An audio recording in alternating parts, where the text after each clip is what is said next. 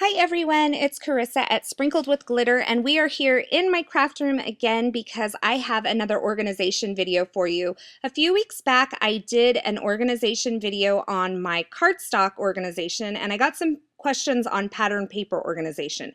So we're going to talk about pattern paper organization, but I thought I would do just a quick pan of what you see when you walk into my room. You can see that cardstock all organized there and that pretty rainbow that I love so much. But I want to talk about pattern paper organization today, and in order for you to kind of get a idea of how this all fits together, I wanted to do a quick pan of the room, and I wanted to show you where the pattern paper sits in the room. It sits in the end of my Caseros craft table. These are actually two of the Caseros craft tables from World Market, and they are discontinued, so I'm sorry to report that. But you can kind of get an idea and you can see how these pattern papers are stored.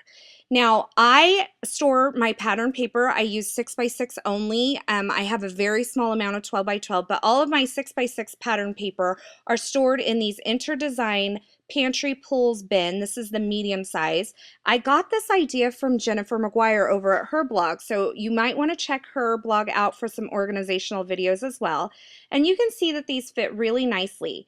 Now, I like these bins because they're a really nice sturdy plastic. They have that really nice handle on them. And I keep my pattern papers in here and the scraps inside of the pattern paper pads, and we're going to talk about that in just a little bit. Now, I don't necessarily keep my pattern paper organized by theme or color. My Studio Calico ones all sit together because sometimes I need those specifically for a project. But I like this because I can just flip through these and find what I'm looking for, or maybe not know what I'm looking for, and just it kind of forces me to flip through them by not having them organized by company or color or something like that. So now we're over here at my craft desk, and I wanted to show you the problem that I was having because I like to keep my scraps with the pattern paper pad, but they were going everywhere. So when I'd go to pull the pad out of those bins, the scraps would go everywhere. And so I went out in search of the perfect solution for this that will solve all of the world's pattern paper organization issues. Okay, maybe not, but this is working for me, so I thought I'd share it with you. I went to Michael's and I found these two sizes of bags. Now, I'll show you why you need two sizes in just a minute. This Recollections one is actually over at my blog. It's a Celebrate It bag also, so they just changed the packaging. But the first one is 5.75 by 7.75 inches, and then the other bag is, let's see, 6.75 by 9.75 inches. And this will all make sense, I promise, in just a bit. So for the bound pattern paper pads, I use the smaller one. Because these are scraps that are already cut down from the 6x6 inch size, none of them are 6x6 anymore. So I can use that smaller bag, and I can just take all of these scraps and pattern paper pieces and just slide them into the bag. Now, if they were 6x6 and they hadn't been cut down, they wouldn't fit in this bag.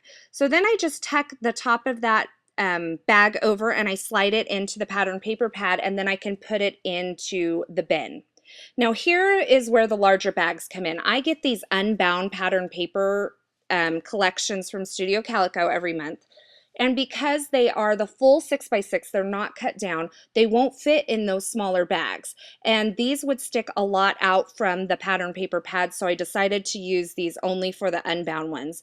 And you can see I can slide all of those full 6x6 sheets along with the scraps into this bag, and then I can fold down the top, and I just label these with my Brother P-Touch label maker and put the name of the company and the collection that it's from. So there's a look at what I do for my pattern paper organization. It's a system that's working really well for me. I promise that I will have more craft room videos coming in the future. As always, I have all the products linked in the YouTube description below, as well as over at my blog. I also have more information and photos over at my blog, so you can visit me at sprinkledwithglitter.com. Thanks for stopping by today. I hope you enjoyed this video, and I hope you have a fabulous day.